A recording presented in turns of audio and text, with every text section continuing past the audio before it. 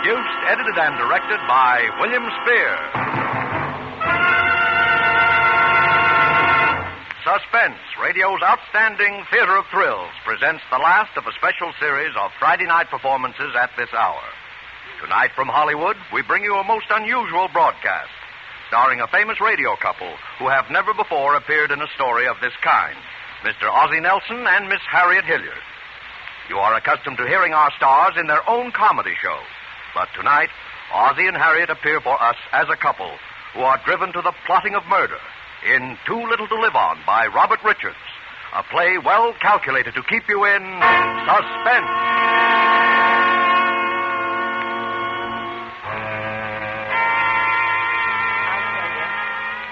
It doesn't matter now. How do you think anything could matter anymore to me now? You should have let me die. That was the best way. That's all that matters to me now is that I want to die. That's all I care about. Being dead.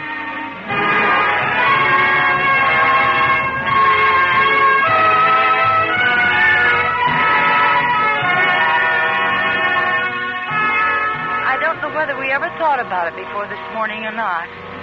It might have crossed our minds sometime, one or the other of us, I don't know. But we never talked about it, never. Never before this morning. And then this morning, everything just seemed to come to a head. Every little thing that happened all those months and years just seemed to pile up at once. It just seemed as though this morning was the last straw.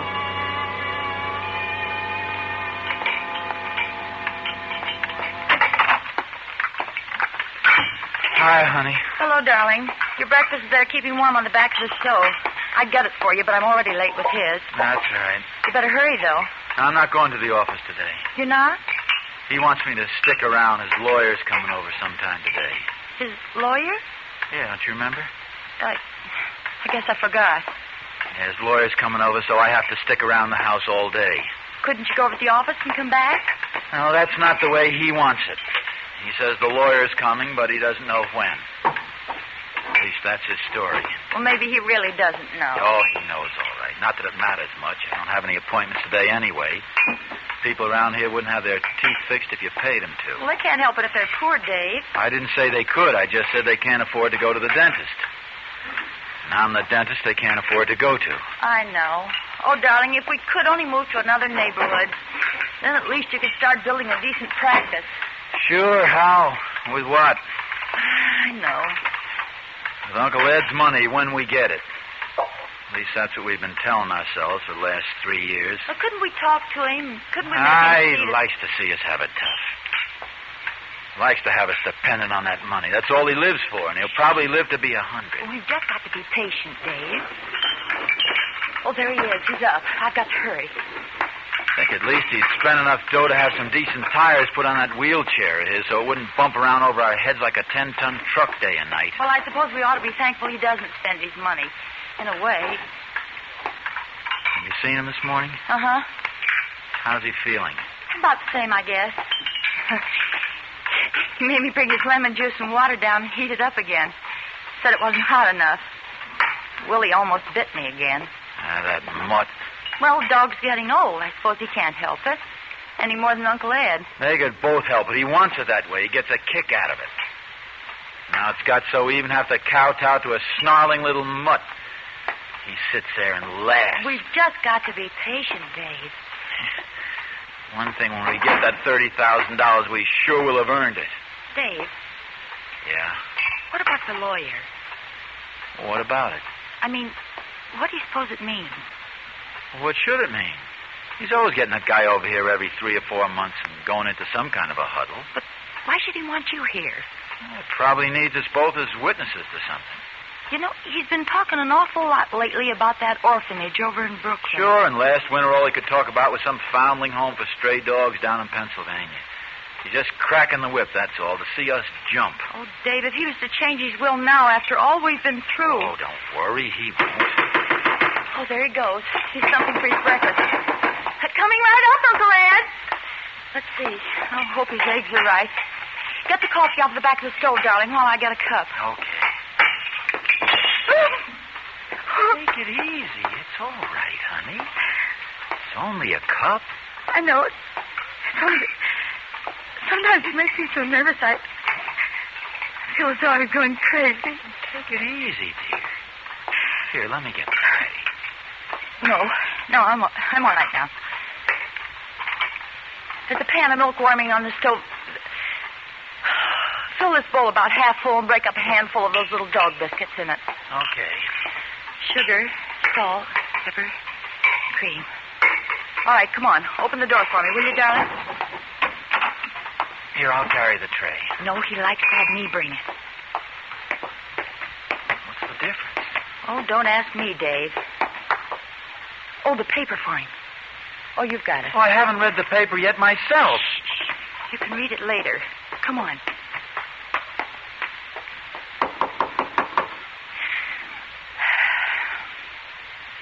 Here's your breakfast, Uncle Ed. All right. I'm sorry I was a little late. Well, set it down. I heard what you said about the paper, David. If it's getting so you even begrudge a little thing like that to a helpless invalid. No, I don't begrudge it, Uncle Ed. Here's your paper. So important for you to read the paper, why don't you subscribe for 2 of them? I'm afraid the budget in this family won't stand for little luxuries like that. When I was your age, I had my first $1,000 in the bank. Well, things were a little different in those days, Uncle Ed. I was a little different. That's what the difference was. All right, set Willie's breakfast down for him, Myra. No, not there. Over by his bed where he can get at it. Yes, Uncle Ed. I'm afraid Willie doesn't like me anymore. Here, I'll give it to him. Hey, stop that! You dare strike that dog, David! I wasn't going to hit him. I just wanted to let go of my sleeve. Poor Willie. Oh. Well, if Myra would take him out once in a while, he wouldn't feel that way. I take him out any time you ask me to, Uncle Ed. I forget sometimes. You want to do it without my asking. Well, you can go now. I know you don't want to stay any longer than you have to. Oh, Myra, hand me my glasses over on the bureau. Glasses? Yes, Uncle Ed. Here. Oh, what, Myra, you fool! Oh, Uncle Ed, I'm so sorry. Maybe I can mend them. Of course you can't mend them. They're broken, you idiot. Don't talk to her like that. What's that? I said don't talk to her like that. Dave, please. Oh, I see. Now you're trying to bully me. A helpless old man in a wheelchair. Well, I won't stand for it. Uncle Ed, he didn't mean I anything. made my bargain with you, David, and I intend to keep it, as long as you do. And I've never complained about the care you've given me, although heaven knows it's been little enough. But don't think for a minute I'll stand for anything like this. I'm sorry, Uncle Ed. I'm afraid that's scarcely enough. Well, it won't happen again. Look, I'll get the glasses fixed. I know a guy that can do it right away. Probably take a week, and in the meantime, I'll be as blind as a bat. And don't expect me to pay for it. No, don't worry. I'll pay for it. You'll have them back tonight. Oh, this reminds me, David. Be sure that you're here when my lawyer comes today. I'll be here. That's why I stayed home from the office. Well, that's all for now. Oh, and I suppose neither of you's taken the trouble lately to find out which of my prescriptions need refilling. Oh, yeah, I was thinking of that yesterday. Oh, were you? Well, let's do it now. Bismuth's entirely gone. Look, entirely gone. You better get another bottle of iron tonic. Let me see, the drops. Well, that's all right for now. And the thiocyanate. You better get that refilled, too, while you're at it. Take the bottle of the bismuth, too. Yeah, I'll go right away, Uncle Ed. Yes, you do, and you come right back.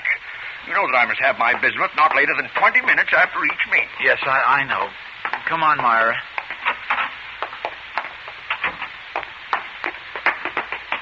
I hate myself. Oh, take it easy, dear. It's all right. It's all right now. Oh, Dave, I've tried, but I can't go on like this. Oh, take it easy, honey. It won't be much longer. Oh, we've been saying that for 3 years. We're like prisoners. We can't go out of the house together because somebody has to be with him. We can't have friends in because they disturb him. Oh, Dave, we can't even have a baby. I could kill him. Sometimes I could kill him. Dave, don't. I mean it. When I see what he's doing to you, when I see him making a slave out of you, making a nervous wreck out of you so you can't even call your soul your own. No, Dave, please. Please, I'm all right now. Sure, we made a bargain, like he said. But not this kind of a bargain. Oh, darling, I know it's just as bad for you as it is for me. It's just that I'm here alone with him all day. I'm sorry. I shouldn't have let myself go that way. No, I hate myself, Myra. If I'd known I was going to be like this. It's not your fault, darling. I knew what we were doing. I'm not even a man anymore. I let him sit there and say things to my wife that a man wouldn't take from anybody on earth, but I take it. I take it and smile. Oh, Dave, it's not your Oh, fault. it is my fault. If I was any kind of a man, I'd do something about Well, it. there's nothing to do, don't you see? I should never have acted like this. We've just got to be patient and wait, that's all. Wait. Maybe another 3 years, maybe 10 more years. Oh, honey. Oh, what's the use of kidding ourselves? How do we know how long it's going to take him to die? Sometimes I don't even think he's sick. Sometimes I think he's just putting it on to make us wait on him. But the doctor says... He could fool the doctors. It's been done. Even when he does die, how can we ever be sure? Dave, you don't... I think he's just that mean, yes. Snatch the money away at the last minute and die laughing at us. But he said it was a bargain. He said he You promised... think promises mean anything to him? Well, could he do it without... with... Do what? Change his will? Well, sure he could do it any time he wanted to. Without even telling us? There's nothing that says he has to tell us anything.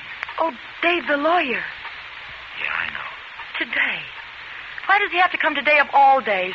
After I broke his glasses and you hollered at him? Yeah, I know. Could he do it just like that today? Sure. You could do it today. You could do it any time. We'd never know until he told us. Oh, he wouldn't. He couldn't. Why not? He might just as well do it anyway. He'll hold it over us in the last minute like he did just now, till we probably die of heart failure before he does. But you said just a few minutes ago... I know. I've been kidding myself for 3 years, but not anymore. Well, Dave, what are we going to do? What can we do? I don't know, Myra. I don't know yet. If only something could happen. Like what? Nothing's going to happen, Myra. Unless we make it happen. Dave, we couldn't. Well, we can't go on like this either. We could tell him to And go. throw away 3 years of our lives? The 3 years we've rotted in this dump? We've earned that money. $10,000 a year isn't half enough for what we've gone through. Dave, I don't care about Well, the money. I do. If anybody but him, I'd feel different.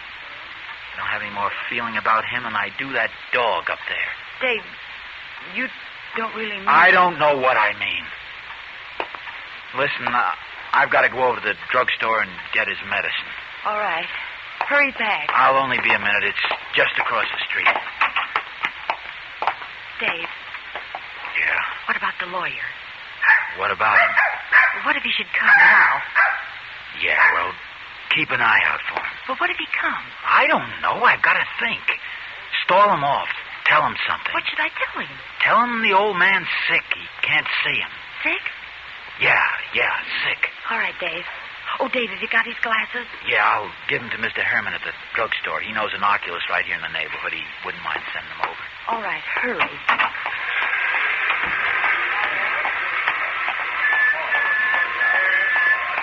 Well, good morning, Dr. O'Connor. Oh, good morning, Clancy. Taking the day off today? Yeah, that's right. Take it easy. Say, how's the old gentleman this morning? Oh, he's all right. Well, I'm glad to hear it, He's a fine old man.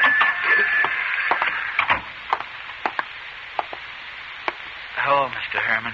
Well, Dr. O'Connor, you come for your regular batch of medicines, I suppose. Yeah, that's right. How is Mr. O'Connor? Better, I hope. Well, I'm afraid he's been having a little pain lately. Oh, that's too bad. He's such a courageous old man, so Yes. cheerful. Yes. Every time I go by and he's sitting up there by his window, he waves. Always he sends his little remembrance at Christmas. Yes, your uncle is a real gentleman. Yeah, that's right. Well, what will it be today? Oh, the iron tonic, bismuth, 100 tablets, and refill the thiocyanate prescription. Here, I brought the bottles. All right, I'll get it for you right away. You got a prescription for the thiocyanate, a new one? No, but I'll sign it. Oh, sure, that's right. You can sign it. You know how it is, Doctor. We got to be careful of these things. You better give me the big tablets this time. Sure thing. You reach just over the counter there. You'll find the prescription blank. Just below there. You got it? Oh, yeah, thanks. There we are. But don't bother, Rabbit. All right. Let's see. That's 487. 487. Here, I got it even. Oh, and say, Mr. Harriman, I wonder if you could do me a little favor. Why, surely anything, Doctor. My uncle broke his glasses this morning. Oh, say, that's too bad. Yeah, he's almost helpless without them. Yes, that's right. I know he is. Yeah, I wonder if you could send him around to a good oculist in the neighborhood. Why, sure I could. No trouble at all. I'd go myself, but, well, he's not feeling too well this morning, and I ought to get right back. Whatever the bill is, you know I'm good for it. Don't you worry about that. Why, sure, I'll do that right away for you, Dr. O'Connor. Yeah, well, thanks. Thank you, Dr. O'Connor. Give the old gentleman my best, Doctor. Sure, I will. Dave? Yeah, the lawyer come? No, did you get the glasses Yeah, I fixed? gave them to Mr. Herman. Come on in the kitchen. I got the medicine, Myra. Oh. Myra, do you know what these things are that he's been taking? No, not exactly. Well, this is bismuth. The stuff he takes after each meal, 3 or 4 of them. The stuff he's due to take right now. Dave. No, wait a minute. These are thiocyanate. He only takes these once in a while for his heart. Just one of them. Less that one because I got bigger tablets this time. Dave, what are you trying to say? I'm trying to say, if he took 3 or 4 of these instead of his bismuth, by mistake, it would kill him. Dave, no. By mistake, I said. It couldn't be. Yes, it could. Look at the tablets. Can you tell them apart? Hardly. If they were in the wrong bottle. Afterwards, they'd know if they were in the wrong bottle. They'd know that somebody... No, he'd think it was all right from the shape. But afterwards, we'd put them back in the right bottle. Well, then they'd know it couldn't be a mistake. They'd know he could read right on the bottle from the label. No, they wouldn't. They'd know he couldn't read the label. They'd know he couldn't read anything. His glasses. That's right, his glasses. And the oculist would have to swear to it. Dave, are you sure... Are you sure he can't see? He's blind as a bat without them. That much I know is real. Oh, Dave. Don't you see? It's the only way, Myra. It's a chance of a lifetime. No tampering with anything. No changing labels so they could analyze glue if they got suspicious. None of that. I know, but... And don't forget his lawyer's coming today. Well, couldn't we just tell him to go? What about the money? Oh, Dave, I can't think. The front door. That must be the lawyer now. Yeah, it is. I can see him standing outside. What should we do? Get rid of him. Well, hurry before he rings again. He might hear it. What'll I tell him? Well, what you told me to tell him, that he's had a bad turn, we're calling the doctor. And then if he asks any questions any time, we could say it was... Yeah, all right.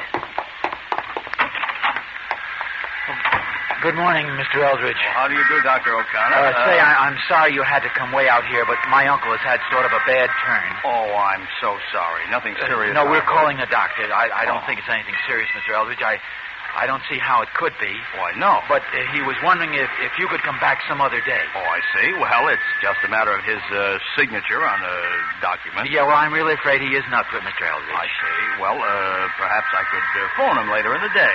I say I could phone him. There'd be no objection to that, would there? No. But if there's any message, I could give it to him later. Yes, well, you might say that I've made the changes that he requested. He'll know what I mean. All right, I'll do that, and thank you, Mr. Eldridge. Thank you, Doctor. Good day, sir. Goodbye. Has he gone? Yeah. Did he... No, it was all right. What is it, Dave? Did he say anything? Oh, he said that he made the changes, whatever they were, and that he'd understand. He said that all he wanted was his signature on some document. His will? He didn't say that. Oh. Now or never, Myra.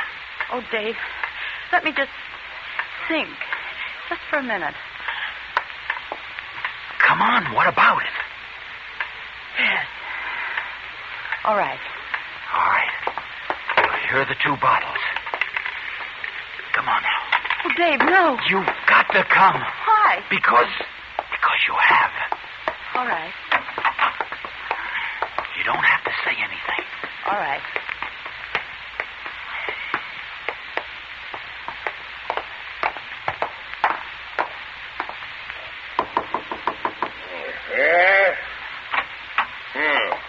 Did I hear someone at the front door? No, there hasn't been anyone here. Has there, Myra? No. Oh, I thought it might have been Mr. Eldridge. Here, I got your medicine. Well, you took long enough about it. I'll put it over here by the bed where you can get it. Well, what do you want, Myra? I just came to get your tray. Oh, Didn't Willie like his breakfast? it was too hot, of course.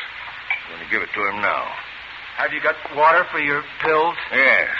What about my glasses? Oh, they'll be ready this evening. Oh, all right. And you show Mr. Eldridge up here the minute he arrives. Yes, I will, Uncle Ed. Yes. Want me to take the tray? No. I got it.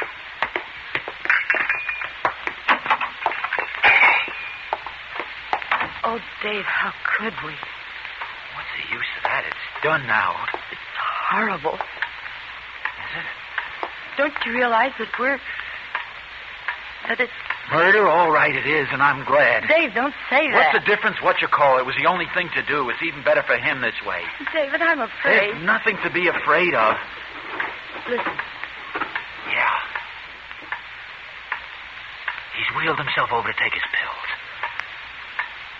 Dave, will it take long? At his age, and if his heart is anything like what the doctor says it is, no. Is it... Painful? No. Like a heart attack, that's all. What was that? He must have fallen. Then he... Yeah. A minute anyway. We ought to go up. No, wait a minute. But the bottles... There's plenty of time. Shouldn't you wear gloves or something? No, I thought it would look funnier if there weren't any fingerprints. David, we ought to go up, even if... I mean, it would look better. Oh, all right. We'll have to call the doctor. We'll have to anyway, either way. I suppose. Don't worry. It won't be like that. The wheelchair's empty. He's not here. Quick, look in the closet. No. Under the bed. Dave. Look, Willie. He's dead. The dog is dead, Myra. But how? There's a note on the chair. Oh. What? Dave, what is it? It's from him. It says, "My dear, dear niece and nephew, the thing has at last occurred which I have always known would someday inevitably occur. Poor little Willie has given his life to save mine. No. It may interest you to know that from my window I saw Mr. Eldridge leaving the house. I also suspect that the incident of breaking my glasses was not quite an accident. And so, my dear children, I have gone to the police. And the little bottles with their transposed contents are in my pocket as final and conclusive evidence of your murderous intent. Fortunately, I have never been quite as helpless as I allowed you to believe, and have in fact conserved my strength for precisely such an emergency, a circumstance to which it now appears I owe my life. For your further information, Mr. Eldridge was not coming to change my will. Dave? And now my would-be heirs and assigns, a fond farewell. I will see you in court. Your loving Uncle Ed. P.S. Did you hear my body fall? I thought you would like that. I did. How could he have gotten out? Oh, down the front stairs while we were... You said he couldn't read the label. He didn't. He tried it on the dog. What can he do? Attempted murder, 20 years to life. But would they believe... They'd believe what everybody else believes, a fine old gentleman. Why? There it is. David, Yes. are there any more What? of the pills? Myra. There isn't anything else to do, is there, David? No. I guess not. Are there more? Enough? Yes. Of the little ones in my pocket. These? Yeah. How many? Oh, half a dozen. You said it didn't hurt. No, not much. Oh, David, I did so want to have children. The door. Look out the window. See who it is. Dave, I'm afraid. What's there to be afraid of now? Couldn't we go away somewhere, some other country? With what? It's probably the police now. David, here. You'd better go down and tell them something, anything, just so they'll leave us alone. Give us some time. Yes, all right. Myra. Yes. Goodbye, darling. No, wait. Go on. Goodbye.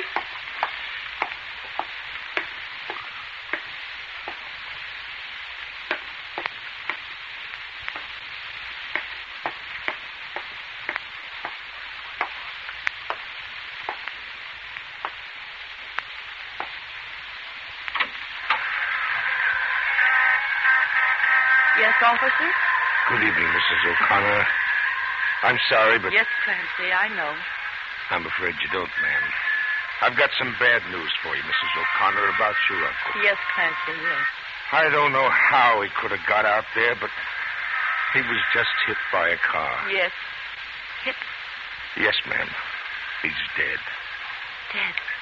Yes, sir. Dead. David! David!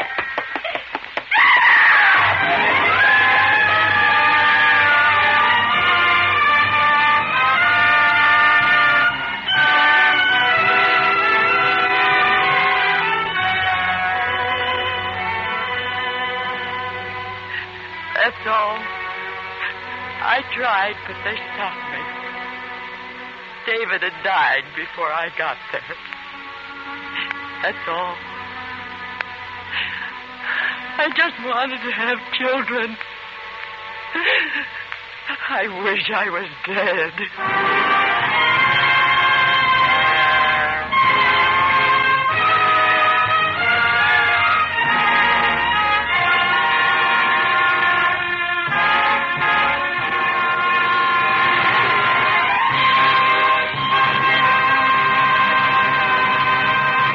Suspense. Produced, edited, and directed by William Spear. Tonight you heard Ozzie Nelson and Harriet Hilliard as stars of Too Little to Live On. Now Mr. Spear joins our stars at the microphone. Ozzie and Harriet, may I tell you sincerely that you are great. Well, thank you indeed, Bill. You really mean it? I certainly do. Well, thanks. It's been a real experience to do a show of this kind, Bill. I don't know about Ozzie there, but I never plotted a murder before. And we had such a fine accomplice in the control booth, too. I'm blushing attractively. Incidentally, I'm told that you inherit this broadcast time next week. Yeah, that's right, Bill. Next Friday night at the same time, Harriet and I will be acting like ourselves again in our own show. The Adventures of Ozzie, that's me, and Harriet, that's her. This is our last Sunday coming up. Uh-huh. How about Suspense, Bill? You're changing time, too, aren't you? We are, and we have some pretty exciting things planned. Beginning a week from tomorrow, that's Saturday, January 3rd, Suspense will be broadcast as a full-hour series every Saturday from 8 to 9 o'clock Eastern Time. Oh, a full hour. That's wonderful. Tell more. Well, with us every Saturday during the series as the man who'll lay down the welcome mat and play host to our listeners will be a very, very distinguished star. I'm very happy and very honored to have him with us. I'll give you another hint. He's an actor-director. I guess you're going to make us wait for his name, huh? Just creating suspense, Harriet. The gentleman's name is Mr. Robert Montgomery. Oh, that's really something. Oh, Bob is great, Bill. Ought to be a wonderful series. Well, shall we wish each other some kind of good luck or something? Fine. I'm sure you've had a Merry Christmas, so let's put in a plug for a Happy New Year to you, and a Happy Friday from now on, too. And a happy Saturday to you, Bill. Ozzie and Harriet appeared through the courtesy of International Silver Company, creators of International Sterling and 1847 Rogers Brothers Silver Plate. Tonight's suspense play, Too Little to Live On, was written by Robert Richards. Appearing in it were Joseph Kearns, who played Uncle Ed, Wally Mayer, Frank Albertson, and Jerry Hausner. Music composed by Lucien Morawek was conducted by Lud Gluskin. Next week at the same time, listen to the adventures of Ozzie and Harriet. Next Saturday night at 8 o'clock Eastern Time, listen to Mr. Robert Montgomery in Suspense.